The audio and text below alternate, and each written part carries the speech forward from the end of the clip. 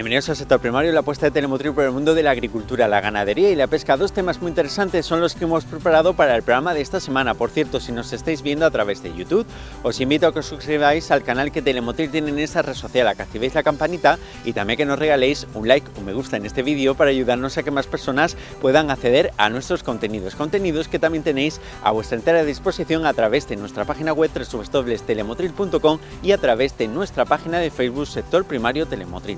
Entramos en materia, no vamos a hablar precisamente de las espinacas baby que tengo a mi espalda, pero sí vamos a hablar de dos cultivos muy importantes aquí en la costa tropical de Granada. En el primer lugar vamos a hablar del aguacate, concretamente de qué son los aguacates clonales y qué ventajas ofrecen. En cualquier época del año disfruta de mi aguacate, en ensalada, solo, en guacamole o incluso prepárate una mousse de chocolate. Consume producto nacional, consume producto de cercanía.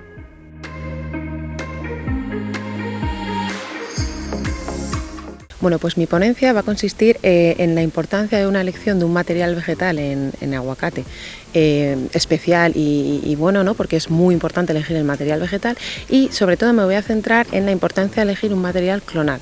O sea, voy a explicar las diferencias entre los patrones clonales y los patrones de semilla en cuanto a productividad, tolerancia a hongos, etc. ¿Cuáles serían esos sistemas clonales?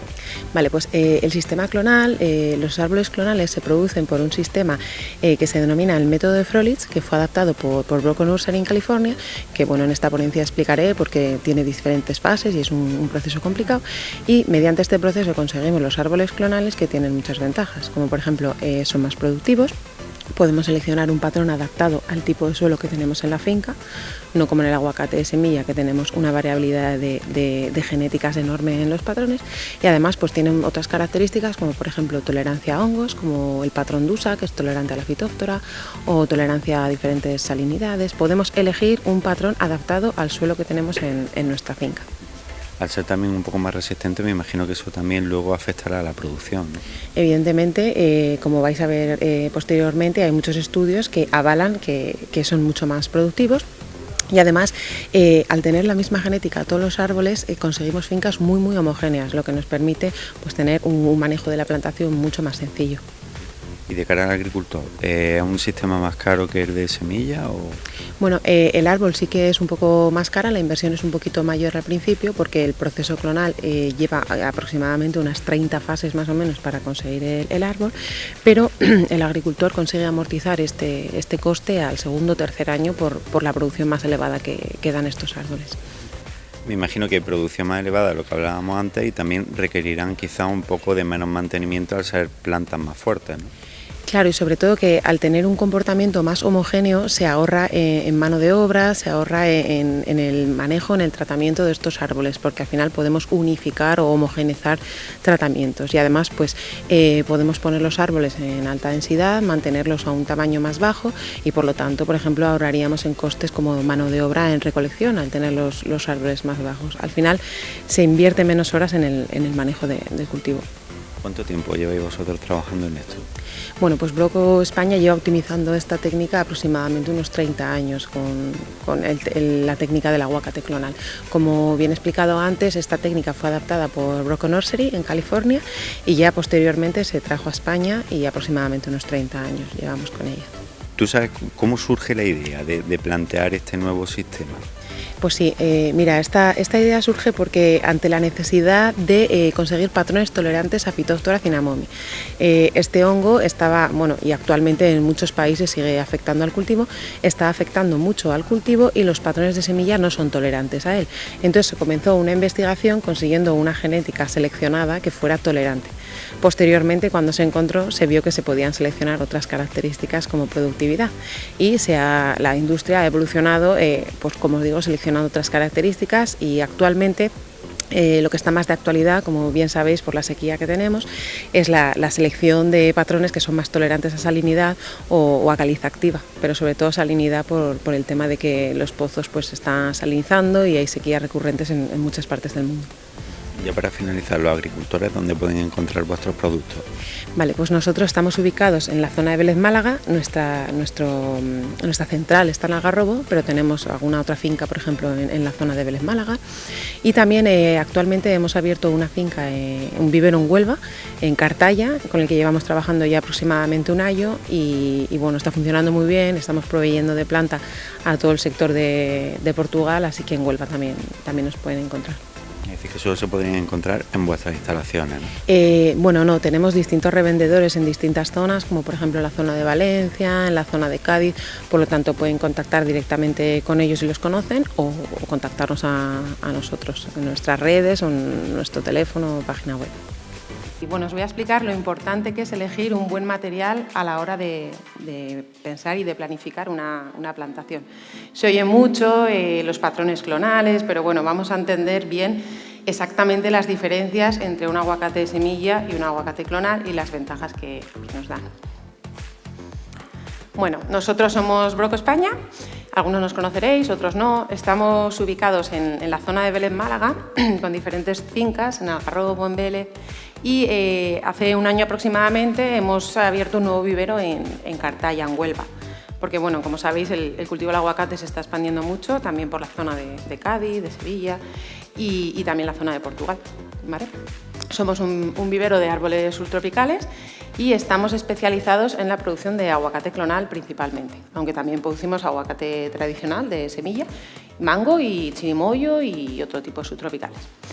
Tenemos una experiencia más de 30 años y trabajamos siempre con estrictos sistemas de calidad. Estamos certificados en diferentes certificaciones internacionales, ISO 9001, K14001, etc.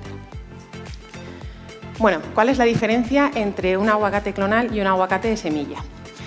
El aguacate de semilla, la semilla proviene de una polinización cruzada, hay un intercambio de genes, fruto de la polinización de abejas u otros insectos, como más tarde explicará Iñaki. Ahí podéis ver una foto de Iñaki, de la mayora, que bueno, tenemos simplificado una imagen del aguacate en tipo A, flor tipo A y flor tipo B, pero más tarde él entrará en esos aspectos. Entonces, bueno, tenemos una semilla, fruto de un intercambio de genes que brota, directamente la injertamos con la variedad deseada, la variedad frutal, por ejemplo, Hass o Lamb Hass, y ya está. ¿Qué pasa? Que tenemos semillas con diferentes genéticas. Cada árbol es diferente. En cambio, en la producción de aguacate clonal es una propagación vegetativa. El patrón es una púa que hacemos enraizar, por lo tanto, todos los árboles tienen la misma genética, se van a comportar de forma muy similar, prácticamente idéntica, y no existe un intercambio de genes. No ha habido un intercambio de genes por polinización, es una propagación vegetativa, una clonación. Los patrones de semilla no son uniformes, ¿vale? Ni en cuanto al comportamiento ni en cuanto a la productividad. Más tarde profundizaremos en estos aspectos y veréis ejemplos tanto de producción como visuales de la homogeneidad de las fincas. ¿Y qué pasa con el aguacate de cultivo in vitro? Últimamente se escucha mucho que bueno, la industria está investigando en realizar patrones clonales de forma in vitro y sabemos que ya en la industria se están ofreciendo patrones de cultivo in vitro clonales, por ejemplo, de genéticas antillanas como de Gania o Astot. Bueno, como os he explicado, en la clonación que realizamos nosotros es un método, se llama el método de Froelich, ¿vale?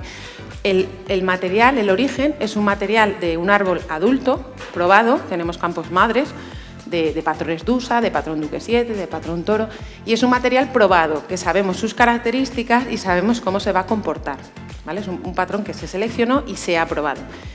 ¿Qué pasa con el cultivo in vitro? Que actualmente a nivel comercial no se ha conseguido propagar este material adulto, es muy complicado, porque el aguacate es una especie muy recalcitrante, no me voy a meter en aspectos técnicos, pero bueno, es muy complicado clonar este material de forma in vitro. Entonces, ¿qué se está haciendo? Están cogiendo material que proviene de una semilla. Ese material es joven y es mucho más fácil de multiplicar in vitro.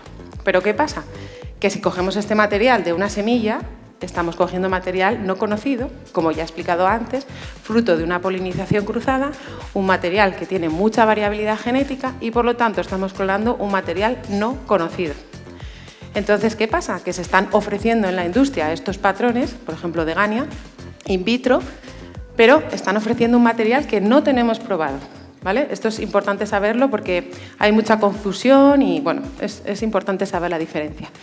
Que pueda haber un patrón de Gania clonal más adelante, probado, probablemente, nosotros estamos haciendo también pruebas, pero es muy importante probar este material en campo, su productividad, su tolerancia, ¿de acuerdo? Bueno, ¿por qué es tan importante utilizar patrones clonales?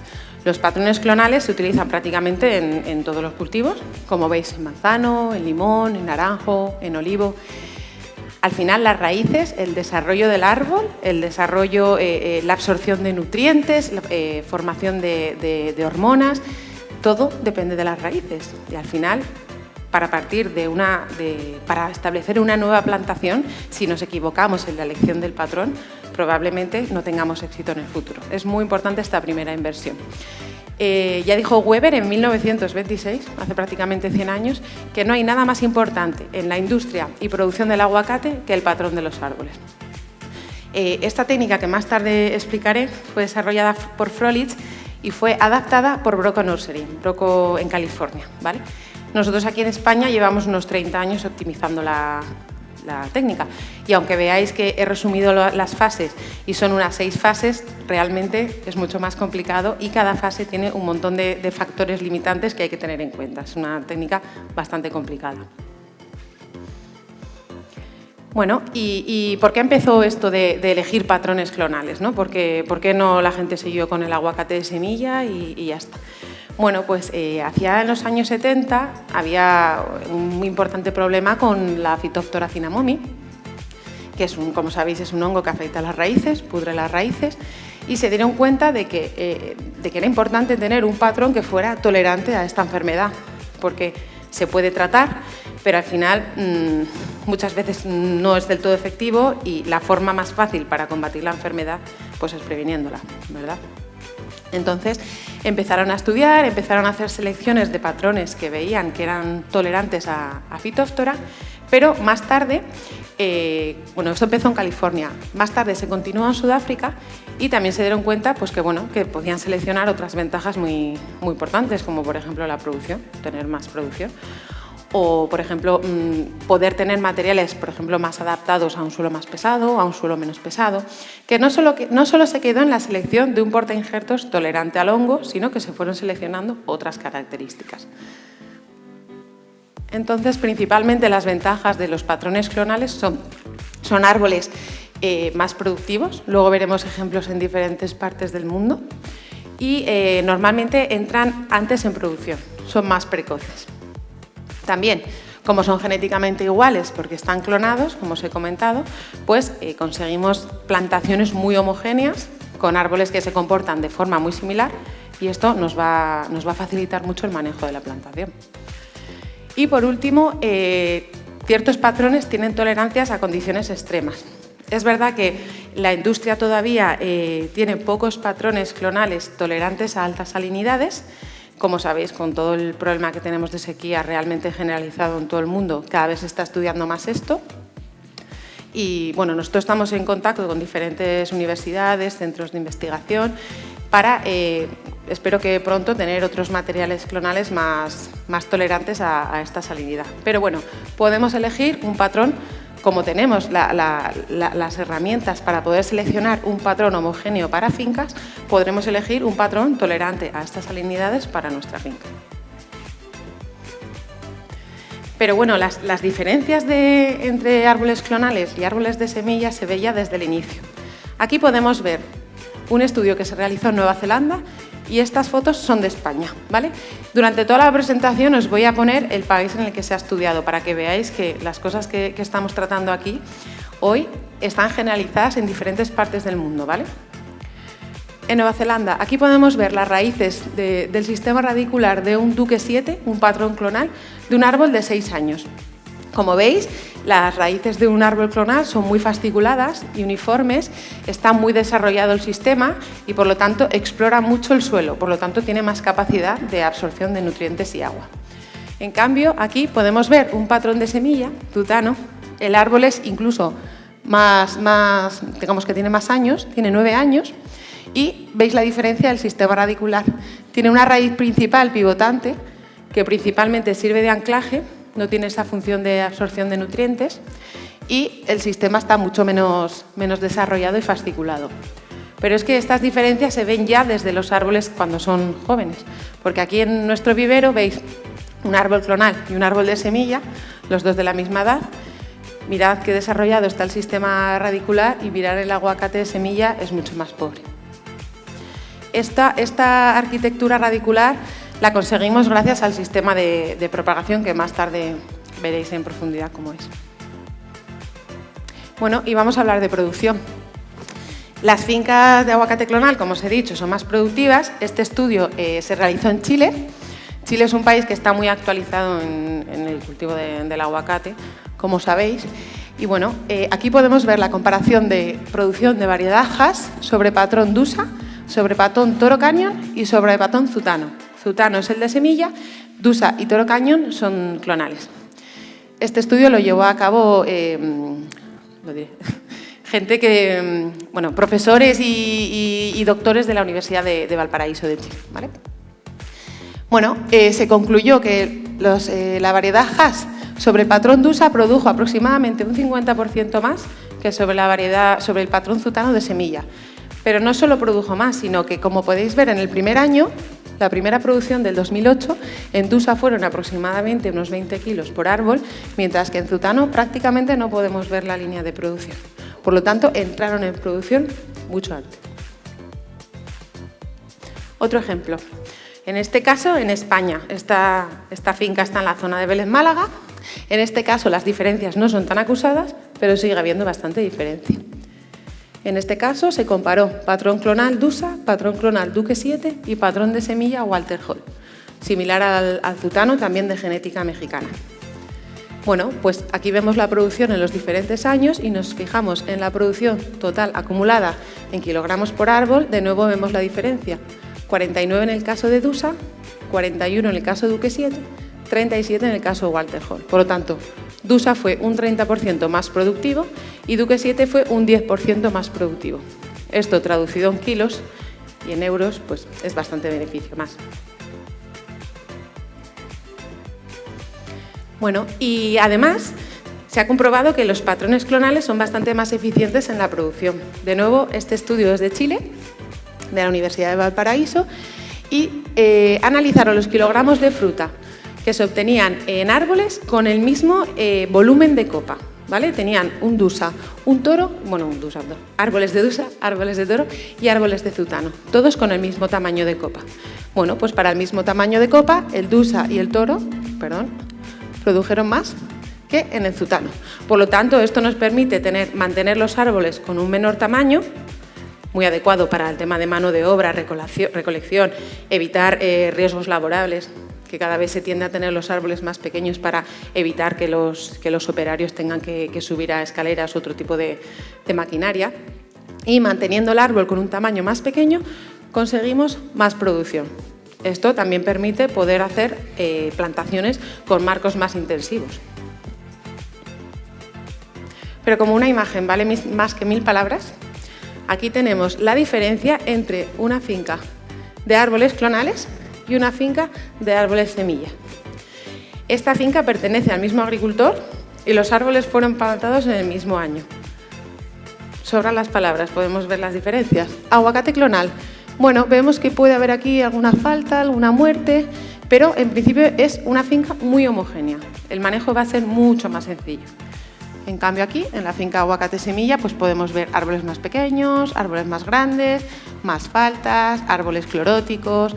Un árbol tiene más necesidades de hierro, un árbol tiene menos necesidades. El manejo es una pesadilla, es mucho más complicado. Por lo tanto, ahorro mano de obra, ahorro de tiempo y ahorro de disgustos también. Y podemos pensar que, bueno, sí, aquí hay árboles más pequeños, pero que con el tiempo pues aumentarán su tamaño y se igualará la finca y ya será mucho más homogénea. Bueno, pues aquí tenemos lo que ha pasado desde el año 2013 hasta el año 2022, ¿vale? Sí, podemos ver que, bueno, hay árboles que han crecido, más o menos con la poda, igualamos el tamaño, homogeneizamos, pero la genética sigue siendo muy diferente. Por lo tanto, aunque el tamaño se iguale, la producción o la tolerancia a deficiencias, por ejemplo, nunca se va a igualar. porque la genética es diferente. Otro ejemplo, este ejemplo es de Sudáfrica, ¿vale? De Zelda Van Rooyen, de Westfalia, una empresa que entiendo que conocéis muchos porque es internacionalmente conocida. Y aquí se compara un patrón de semilla, que es el Naval, con un patrón clonal, que es el DUSA. De nuevo veis la homogeneidad de la plantación clonal y la heterogeneidad de la plantación de semilla. Bueno, como os he comentado, las plantaciones son muy homogéneas, son uniformes y además, como son más eficientes las copas de los árboles, nos permite tener un tamaño más pequeño y por eso últimamente cada vez más se está llevando a marcos intensivos. Por ejemplo, en Chile ya llevan muchos años trabajando con marcos intensivos porque bueno, también ellos pueden utilizar reguladores de crecimiento, pero es verdad que nosotros tenemos experiencia aquí en Vélez Málaga llevando plantaciones intensivas. Y con un buen manejo de poda, pues lo estamos consiguiendo y las fincas están siendo muy productivas y no se están emboscando. Bueno, ejemplos de plantaciones clonales. Estas son plantaciones recientes que se están poniendo en la zona de Valencia, de DUSA, de Duque 7. Veis la homogeneidad desde el principio de la finca, ¿vale? Y bueno, y ya plantaciones clonales ya más adultas. Como sabéis, cada vez se lleva, bueno, hay detractores y gente que está muy a favor también, hay de todo, pero cada vez se lleva más el tema de la poda mecánica, pues por su facilidad y por su... Si se tiene disponibilidad de maquinaria adecuada, pues al final es un ahorro de mano de obra. Bueno, y ahora me voy a centrar un poco en el patrón clonal DUSA, porque a día de hoy sí que están saliendo nuevos patrones, pero a día de hoy todavía sigue siendo el rey de los patrones clonales. El patrón DUSA fue seleccionado y registrado por la empresa Westfalia en Sudáfrica, Westfalia Fruit, y se ha probado en muchas partes del mundo. Por lo tanto, su comportamiento, como os he comentado antes, es muy importante probar el comportamiento de un patrón y en este caso se ha comprobado en muchas partes del mundo. Tenemos DUSA en España, en Portugal, tenemos DUSA en California, en Chile, en Perú, en Sudáfrica, Nueva Zelanda, en Australia. Como os digo, hay estudios por todo el mundo.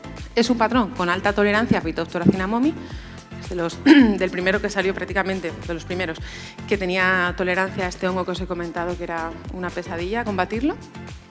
Son árboles muy productivos, es más precoz que otros portainjertos clonales, tiene cierta tolerancia al frío, cierta, siendo aguacate porque tiene genética mexicana, es un cruce, y además tiene cierta tolerancia a salinidad. Digo cierta porque es verdad que los antillanos son mucho más tolerantes a salinidad, pero la verdad que sabíamos esta característica y últimamente nos estamos sorprendiendo porque, como sabéis, la calidad de las aguas cada vez es peor y en fincas en las que otros patrones clonales o de semilla no han resistido, pues hemos visto que el DUSA está teniendo resultados bastante buenos.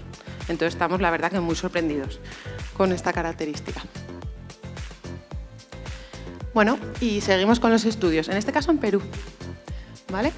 Estos fueron árboles que se plantaron en el 2018, de la variedad Hass también, y se comparó patrón DUSA con patrón Zutaro. Como podéis ver, la progresión de la producción es muy diferente. El DUSA ya en el primer año produjo más, pero es que conforme va pasando el tiempo, la diferencia es mayor.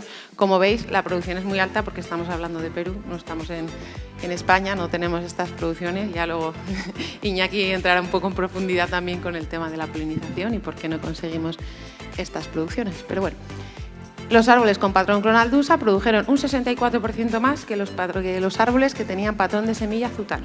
O sea, esta homogeneidad y esta alta productividad del patrón conseguimos que todos los árboles produzcan más y, en definitiva, una producción general mayor. Otro ejemplo, en este caso en Sudáfrica. En este caso no compararon el DUSA con un aguacate de semilla, sino que lo compararon con otros patrones clonales. En el primer caso, en la región de Moketsi, se comparó el DUSA con un patrón comercial A, no nos han dicho cuál es, pero bueno, es un patrón comercial clonal que se vende bastante en Sudáfrica. Y la diferencia muy acusada, un 82%. Siempre hay diferencia, pero claro, en unos casos es más acusada que en otros. En este caso la diferencia es muy grande, 82%. Y en otra región, lo mismo, la producción acumulada desde el 2005 hasta el 2010. En este caso se comparó con el Duque 7 y se obtuvo un 42% más de producción. Esto no quiere decir que el Duque 7 sea un patrón clonal que no es bueno. siempre tenemos que pensar que tenemos que elegir el patrón clonal adaptado al terreno que tenemos. Siempre trabajamos con analíticas de suelo porque aunque el patrón clonal DUSA es muy productivo, muy tolerante a fitóftora, quizás en un suelo más pesado pues no sea el mejor y quizás no produzca tanto como un Duque 7. O sea, estamos hablando de las condiciones óptimas, ¿vale? Para este patrón. Y otro ejemplo, en este caso en California, ¿vale? Aquí compararon la media de producción por árbol de 7 años y en primer lugar también encontramos al DUSA, seguido del Duque 7, que como os he dicho también es muy buen patrón, no vamos a menospreciarle, pero es verdad que el DUSA a día de hoy es el rey de los patrones clonales. Siempre que nuestro suelo nos permita ponerlo, pues es muy buena elección. Bueno, y ahora os voy a explicar un poquito cómo es esto de las plantas clonales, ¿no? Nos lo han explicado, nos lo han dibujado, pero bueno, vamos a verlo físicamente. Bueno, pues aquí veis diferentes imágenes de nuestro sistema de producción. Durante el proceso de producción del aguacate clonal, el 50% aproximadamente de las plantas son descartadas. Por lo tanto, ya estamos haciendo una selección de material, de plantas que no han crecido con tanto vigor, etcétera. Todo esto son un montón de fases que os voy a resumir con 6 principalmente. Posteriormente a la charla podéis salir fuera y veréis una maqueta en la que hemos en las fases para ver este tamaño real, para ver un poco el tamaño de las plantas y verlo físicamente, porque no es fácil entenderlo. Bueno, nosotros trabajamos con códigos QR, volcamos toda la información a un sistema informático que tenemos propio y está completamente todo controlado. Cada planta sabemos quién la ha injertado, quién la ha hormonado, de qué movimientos ha tenido, sabemos absolutamente todo el historial de cada planta. Aquí podéis ver una imagen del invernadero. Estas plantas, las primeras fases se realizan en un invernadero con condiciones controladas de humedad, temperatura, etc. Y más tarde, cuando la planta ya está, digamos, configurada, la sacamos al exterior del invernadero para desarrollarla y aclimatarla a las condiciones de fuera del invernadero. Bueno, como os he dicho, las plantas están doblemente injertadas porque no provienen de una semilla. Bueno, utilizamos una semilla como molde, pero tienen 2 injertos. Un injerto para el patrón clonal y un injerto para la variedad frutal. Y aquí está el proceso más o menos resumido. Bueno, partimos de una semilla, pero esta semilla la vamos a utilizar simplemente como molde, como motor de energía, ¿vale? Esta semilla al final va a desaparecer. Entonces, esta semilla brota y en un aguacate convencional directamente la injertaríamos y listo, tenemos nuestro aguacate. Cada semilla tiene una variabilidad genética grande porque cada semilla es diferente, fruto de la polinización cruzada, ¿vale? Entonces, injertamos la púa de patrón clonal, un DUSA, un Duque 7, un toro, lo que nos interese en cada momento. Esta púa brota y una vez que ha brotado y tiene una yemita, lo metemos en una cámara oscura, una cámara de etiolación. ¿Eso qué significa? Pues que este árbol va a estar aproximadamente un mes en esta cámara y va a crecer sin clorofila. ¿Veis aquí el tallo blanco? Esto es porque ha crecido sin luz. Entonces, esto va a favorecer mucho el enraizamiento. Va a ser mucho más fácil crear raíces en este tallo. Bueno, se desdobla la bolsa y la llenamos con sustrato, no sin antes colocar una anilla aquí, que conforme el árbol vaya creciendo va a estrangular el tallo y va a hacer que esta anilla va a hacer que esta semilla se elimine, ¿vale? Entonces, como os he dicho, la semilla la utilizamos como un motor de energía, fuente de energía para que crezca la planta, pero luego la anilla la va a eliminar. Bueno, ponemos la anilla, aplicamos unas hormonas y empieza la planta a producir raíces, empieza a desarrollarse. Bueno, entonces aquí tenemos las raíces de la semilla original y aquí se están creando ya las raíces nuevas. Seguidamente injertamos la variedad frutal, puede ser Hass, Bacon, Sultana, un polinizador, un tipo A o un tipo B, y bueno, la planta ya empieza a desarrollarse. Conforme van pasando los meses, como os he dicho, la anilla corta la semilla, estrangula. Esto está resumido, pero como os podéis imaginar, esto son muchas fases, muchas personas encima de cada planta todos los días. Sale un tallito por aquí, hay que quitarlo. Esta semilla no nos provee suficiente energía, la descartamos. Esta púa falla, la quitamos también. Hay muchas fases. Bueno, imágenes de las plantas, aquí con el sistema radicular ya desarrollándose, el patrón clonal. plantitas ya que están brotando. Y este es el estado de la planta cuando la vamos a trasplantar ya en la calle. Sale con este tamaño, aproximadamente pues unos de 30 a 50, más bien 50 centímetros, con su patrón clonal desarrollándose y la semilla. La trasplantamos en un contenedor mayor para que siga desarrollándose. Entonces, el uso de esta semilla es muy importante porque al final, como os he dicho, nos provee de energía al proceso. Bueno, imágenes de plantas clonales desarrollándose en un invernadero. Más imágenes, como os he dicho, esto se produce en un invernadero con temperatura y condiciones muy controladas, entonces tenemos que aclimatar las plantas a las condiciones del exterior, a más radiación. Entonces, muchas veces las blanqueamos para que no se quemen y bueno, aquí se están aclimatando esperando a ser trasplantadas. Más imágenes de nuestro trasplante con el gotero. Voy a hacer especial hincapié al gotero este. Nos hemos dado cuenta que hay muchos agricultores que ponen goteros, 2 goteros, o sea, ponen el árbol en medio y 2 goteros a los lados, o utilizan goteros interlínea. Es súper importante poner al principio de la plantación un gotero justo cerca del tronco, porque en el vivero salen así, el sistema radicular lo tenemos concentrado en el cepellón, por lo tanto, si nosotros trasplantamos un árbol en el campo y ponemos un gotero aquí y otro gotero aquí, aunque veamos que quizás superficialmente el bulbo se expande un poco, al final las raíces que están aquí en medio no se van a hidratar. Más tarde lo explicaré mejor. Bueno, más plantas desarrollándose. Como veis, la homogeneidad desde el principio es impresionante. Y bueno, pues todas estas ventajas del aguacate clonal están haciendo que ya el 80% aproximadamente de nuestras ventas en la zona mediterránea sean clonales para agricultores muy profesionales, mientras que el aguacate de semilla está siendo destinado más pues, a pequeños agricultores, a gente que quiere poner algún aguacate en jardines o gardens que venden pues, más, un par de plantas más para decoración o lo que sea.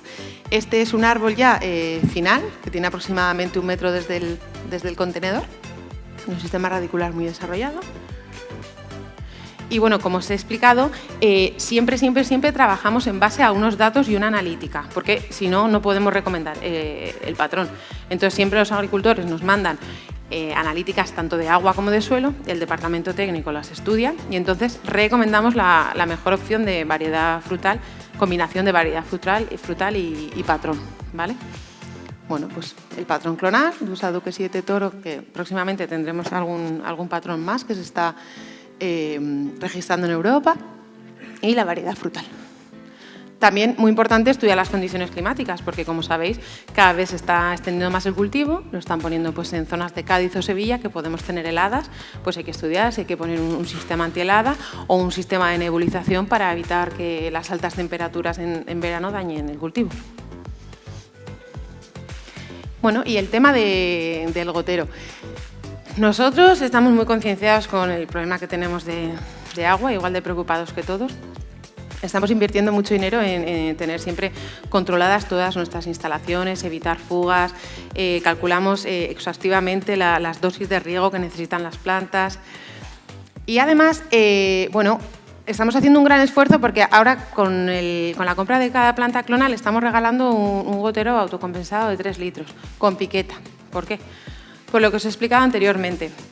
Mucha gente se lleva la planta, pone 2 goteros a los lados del tronco, aquí, pone 2 goteros a los lados del tronco y realmente el cepellón, que tiene un sustrato muy ligero, que es el que utilizamos en el vivero, se deshidrata mucho antes que el resto del terreno. Por lo tanto, es imprescindible poner un gotero con piqueta, bueno, con piqueta o que no se mueva, fijado, muy cerca del tronco. Como hemos visto que existen bastantes problemas con este tema, pues lo que os digo, hemos empezado a regalar el gotero con la planta para que ya nos aseguremos que todo el mundo pone el agua donde tiene que estar al principio. Que sí, más adelante, cuando las raíces empiecen a desarrollar pues, y lleguen a otros lados, podemos eliminar este punto cuando el árbol sea más grande, pero de momento, al principio, siempre un gotero aquí. Además, realizamos un ahorro de agua, porque es verdad que al principio la planta, bueno, con un gotero integrado gastamos mucha agua y si ponemos muchos goteros al principio tampoco los necesita. Entonces, inicialmente un gotero aquí y otro gotero que puede estar a unos 50 centímetros. Pero realizamos un ahorro de agua también. Y sobre todo evitamos el estrés hídrico en la planta, porque al final un estrés de cualquier tipo, pero sobre todo hídrico, hace la planta mucho más susceptible a cualquier tipo de enfermedad. Es como nosotros, cuando estamos débiles, nos faltan vitaminas o lo que sea, somos más susceptibles a enfermar. Pues lo mismo pasa con las plantas. Mira la calidad de mis pimientos, están buenísimos. Disfrútalo en una ensalada, parrillada o asado al horno. Compra producto español, consume producto de cercanía.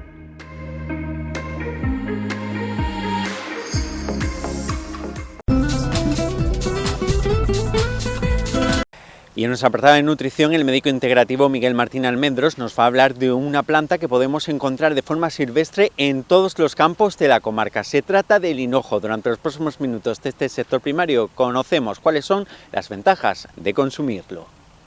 Si os parece bien, hoy vamos a hablar del hinojo. Es una media hortaliza, media planta medicinal, medio hierba. Y es que como la tenemos por todas las esquinas y ahora viene tiempo de hinojo, me gustaría hablaros de hinojo. Realmente es una planta umbilífera, se define técnicamente, ¿no? Umbilífera porque la forma de disposición de las flores es en forma de ramillete, es en forma de candelabro un poquito, y pertenece a las apiáceas. Es familia del apio, para que me entendáis. Además es una planta que se conoce desde muy antiguo, tanto a nivel culinario como a nivel medicinal, desde la antigua Grecia. De hecho, Dioscórides, en su gran tratado de fitoterapia y de plantas aplicadas a la salud, cuando no había química, en el siglo I dedicó un capítulo entero al hinojo, ¿no? Es una planta que la tenemos, ya digo, en nuestro entorno, que si la dejamos crecer, pues tenemos plantas de 1,5 metros a 2 metros de alto, con hojas muy aromáticas, las flores en umbela, en candelabro, y los frutos son muy aromáticos, que los frutos es lo que se utiliza a nivel terapéutico, como ahora vamos a ver. La flor pues viene sobre el mes de junio, julio, para recogerse el fruto en agosto o septiembre. Y es una planta pues como muy mediterránea, está en todas las esquinas de la piel de toro. También la tenemos en las Américas, en la América del Norte, América del Sur y un poquito de una parte de Asia, ¿no? ¿Por qué es muy mediterránea? Pues porque se da en terrenos secos, aguanta muy bien el calor, resiste bien la sequía, pero no aguanta la climatología fría. Entonces en prados secos, en terrenos yermos, ribazos, matorrales, ahí podemos encontrar el hinojo.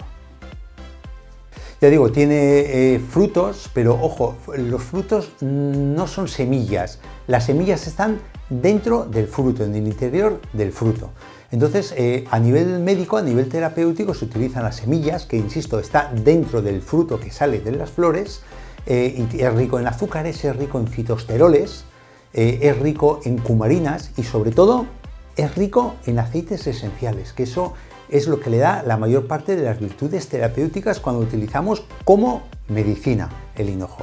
Es rico en anetol, estragol, limonelo, pineno, que son, ya digo, aceites esenciales, entre otros muchos. Y luego tenemos el bulbo, que es la parte carnosa del hinojo, no la hoja, el bulbo, la parte que enraiza, que está pegando a la tierra, que es una auténtica hortaliza. Y además, como hortaliza, es muy interesante porque tiene mucha cantidad de fibra, tiene 3,1 gramos de fibra por cada 100 gramos de hinojo, que hoy en día es interesante por la cantidad de estreñimientos que hay. Es rico en potasio, en calcio, magnesio, fósforo.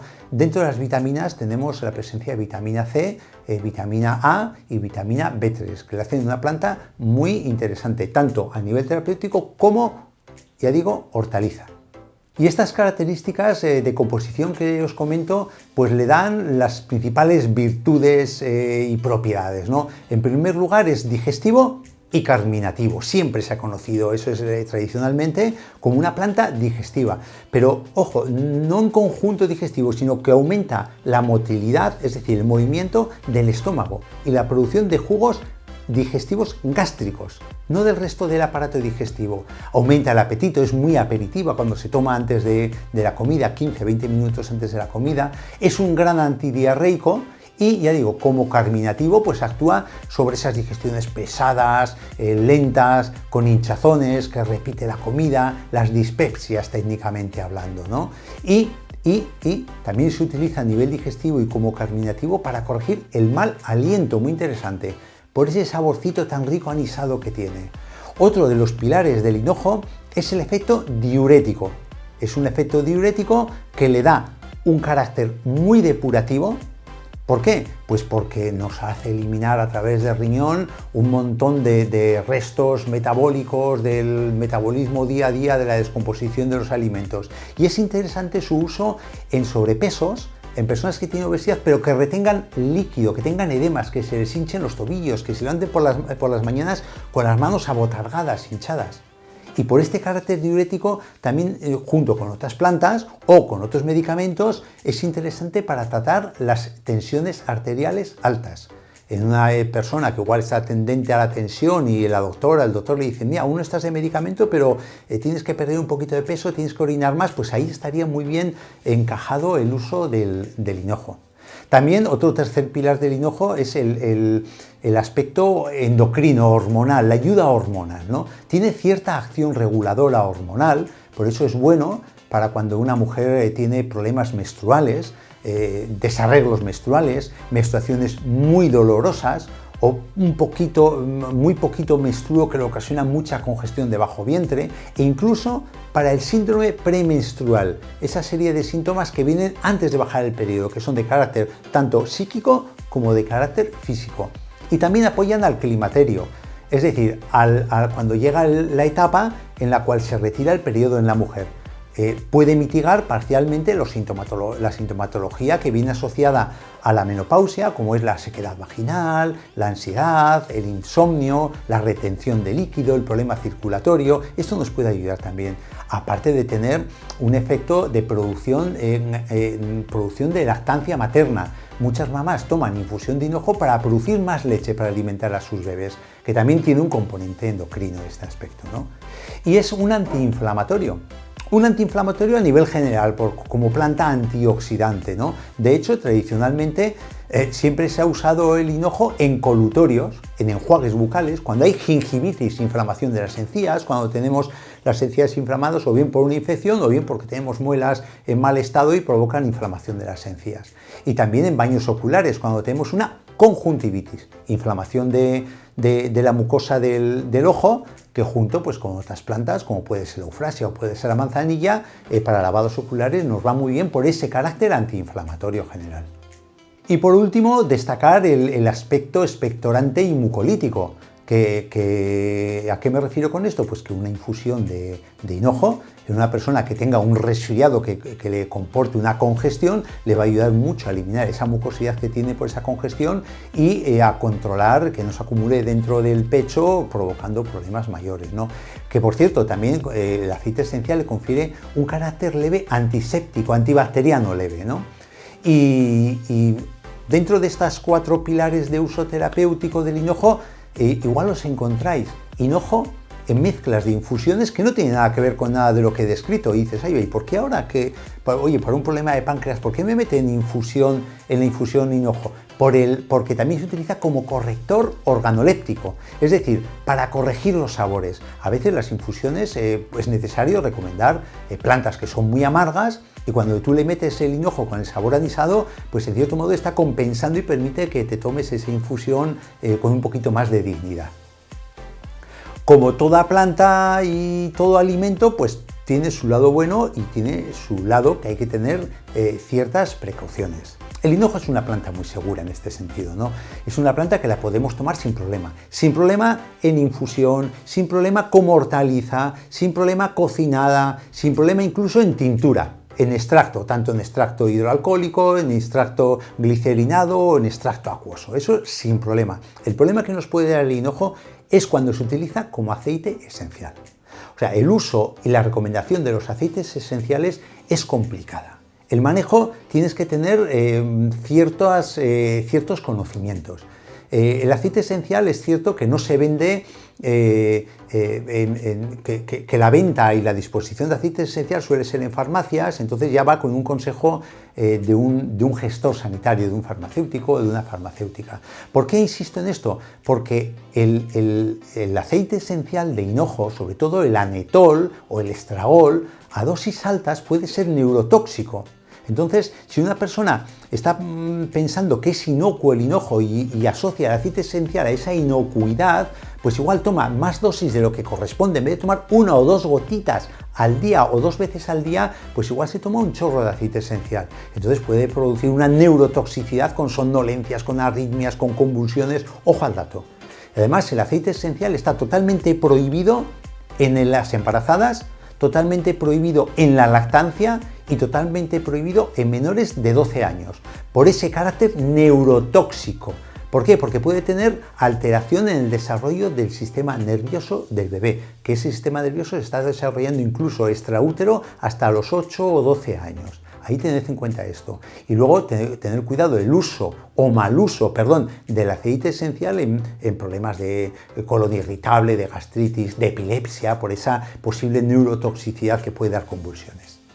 Y por último, comentaros que cómo tomarlo. Pues bueno, se puede hacer uso externo y se puede tomarlo a nivel interno, ¿no? A nivel interno, pues es de tradición popular el uso de las hojas o el uso de los tallos, pues como aromatizante, como condimento, en forma de infusión, de forma fresca cruda, o para guisos de carne, pescado, los garbanzos con hinojo, las alubias con hinojo, lo que toda la vida de forma muy tradicional se ha tomado en toda la cuenca del Mediterráneo, ¿no?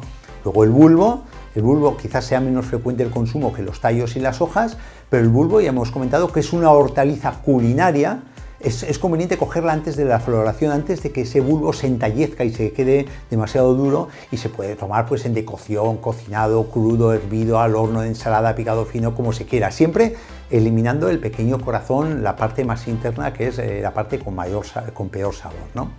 Y luego los frutos, pues que es lo que he estado insistiendo, que se utiliza a nivel medicinal y también en repostería. En repostería por el pequeño toque anisado que le dan a los postres, y uso medicinal, pues normalmente la recomendación, para que tengáis una idea sobre la que podemos trabajar, es de 10 a 30 gramos por litro en forma de decocción. A ese nivel no nos va a dar problemas para uso interno, con todas las características que os he comentado y objetivos terapéuticos que se pueden conseguir.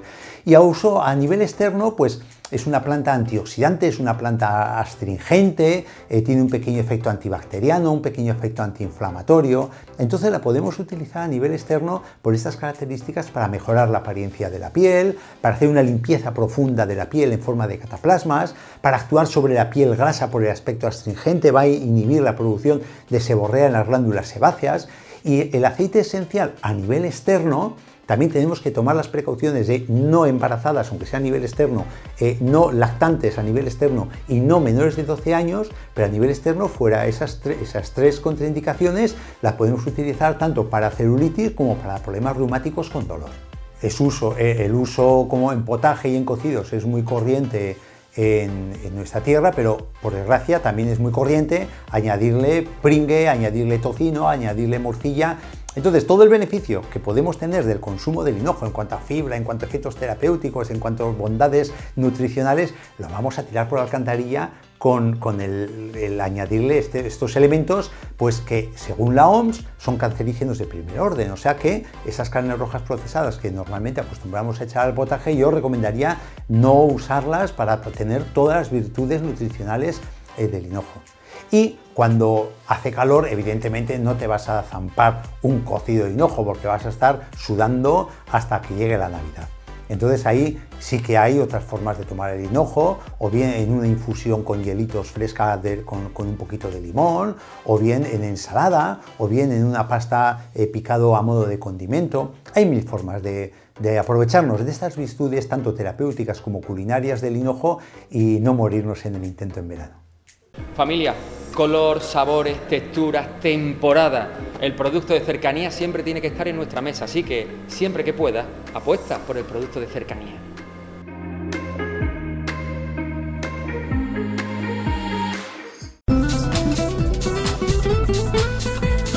Hasta aquí el sector primario de esta semana. En tan solo unos días volveremos con más temas relacionados con la agricultura, la ganadería y la pesca. Será como siempre aquí en Telemotril, en sector primario. Recordaros que podéis acceder al contenido íntegro de todos nuestros programas, tanto en el canal que Telemotril tiene en YouTube, al que por cierto os invito a que os suscribáis, a que activéis la campanita y también que nos regaléis un like, un me gusta en este vídeo para ayudarnos a que más personas puedan acceder a nuestros contenidos que también tenéis a vuestra entera disposición a través de nuestra página web www.telemotril.com y a través de nuestra página de Facebook Sector Primario Telemotril.